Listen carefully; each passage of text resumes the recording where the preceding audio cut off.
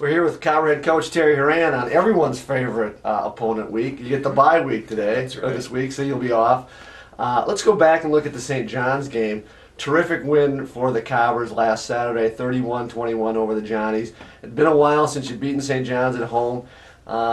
You start the game off with a huge running play. Is that something that Matt Peterson goes around the left end for 60-some yards? Do you script? You know, there used to be the in thing to script plays like Right. Bill Walsh. Do you script those first couple plays, or do you just kind of go with what first couple of plays, or We script all through the week in practice, for our practice tempo and whatnot, but we used to a long time ago, and not that many years ago, where we'd script the first 15 plays in a game, but we've got a pretty good handle on what we want to try to do now, so no, to answer your question, no, we didn't script it, we just felt, we could do something out of our triple option and come away from our strength, and it worked. And then, kind of piggybacking on that, you guys haven't trailed yet this season. You've always, you've had very good success on that first possession.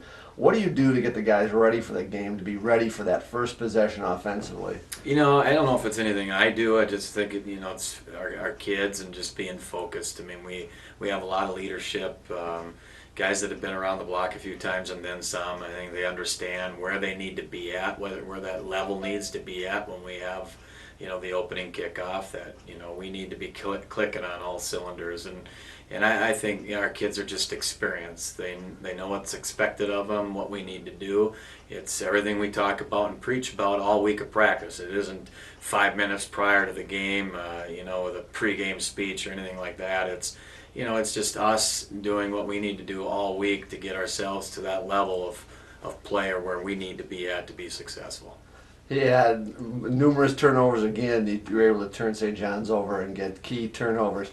Is that something that you've preached this year, as far as the giveaways? You do it every year, but this year Right. especially, you had a really good success being able to take teams away. Yeah, we really have, and I give all the credit to our defense and our staff and preparing our kids, and those guys they've been in the right spot, and it's really familiarity of what we're doing. It's their third year of running our defense, and we're pretty experienced there, and being in the right spot at the right time, and then we're certainly making things happen, that's for sure. But I mean, in practices, and we always have turnover Tuesdays. I mean, we concentrate on it, we focus on it. It's part of our practice prep. But you also, you got to execute on game day, and we've been able to be in the right spot. One of the biggest turnovers came right before halftime, where you're able to, get that fumble recovery, take it down in the very next play. We're able to get a touchdown. Talk a little bit about that play, the turnover, but then also that first play coming out of the turnover, Right. that really nice pass from Griffin Neal. Yeah, well, they threw an out route to Freetley, and our corner, Kenyon O'Brien, was right on it and kind of spun him, and the ball popped out, and it just seemed like slow motion, and I think some people are wondering if it was a catch, or if it was a catch and it was actually a fumble. And the only thing you can do as a defense is just play to the whistle, and there was no whistle, and we played to the whistle. Pete Vidston, the MIC Player of the Week, picks up the fumble, puts us down to about the 25, and the first play going through our mind, I mean, I think we had one timeout left, and we just felt off the turnover, let's hit a strike right now, and we were able to get Mark Whiting on a backside post, which was fantastic, and put us up 24-7 right at the half. You talk a little bit about Pete Vidston, back-to-back MIC Players of the Week. That's the first time that's happened in the Cobber history. But there's another linebacker out there that people sometimes don't see, who's done a great job for you, talking about Tyler Berling. Not the biggest guy. You look at him and you wouldn't say, he's going to be a stellar linebacker on a football team. He might be fit in someplace else with another team. But every time you see him, he's popping up. What does he do well on that defense? I love Tyler Berling. I love the way he plays the game. He's smart. He's energetic.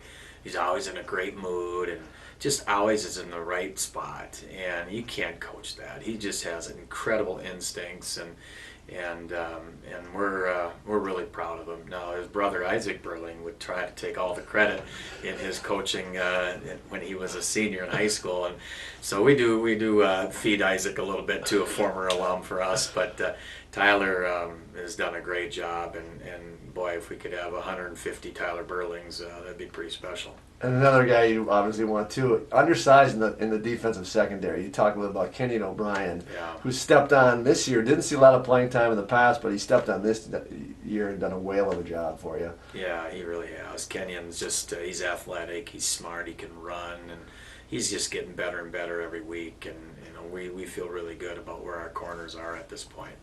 Now, tell the fans a little bit about how you guys will prepare this. What's the schedule like for this weekend now that you don't have to play? It's Right. it's one of those rare bye weekends. So Right. what will you guys do this weekend as far as a schedule, and then as far as preparing for next week's Bethel game? Yeah.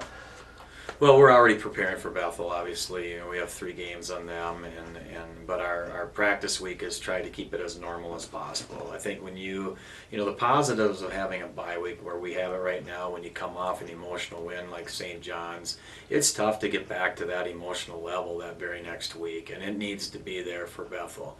Number 17 in the country, they're a good football team, so we know where we need to be emotionally. So that helps us. I think also it helps us kind of heal some of our wounded players a little bit.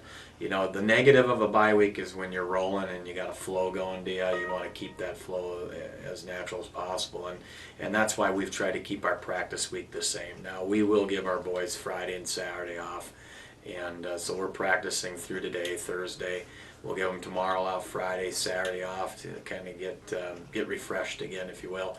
Be back in Sunday with our strength coach lifting, and then Monday of next week is their natural day off.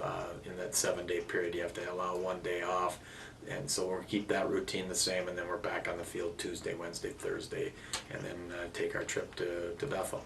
What about you personally? You usually don't get a weekend off. What are you going to do this weekend? Yeah, that's interesting. My family's got me pretty well tied up. My son Tommy, who plays football, I get a chance to watch him play, and that I never get a chance to see him play. So I'm excited about that, and I'm excited for my family to have Dad for a weekend too, and that's as important as anything. And so it's going to be really weird. I'm pretty much concrete sequential man, and routine, and having Friday and Saturday to my family, that'll be pretty nice though, and I know my wife's looking forward to it. Enjoy the weekend. Hey, thank you.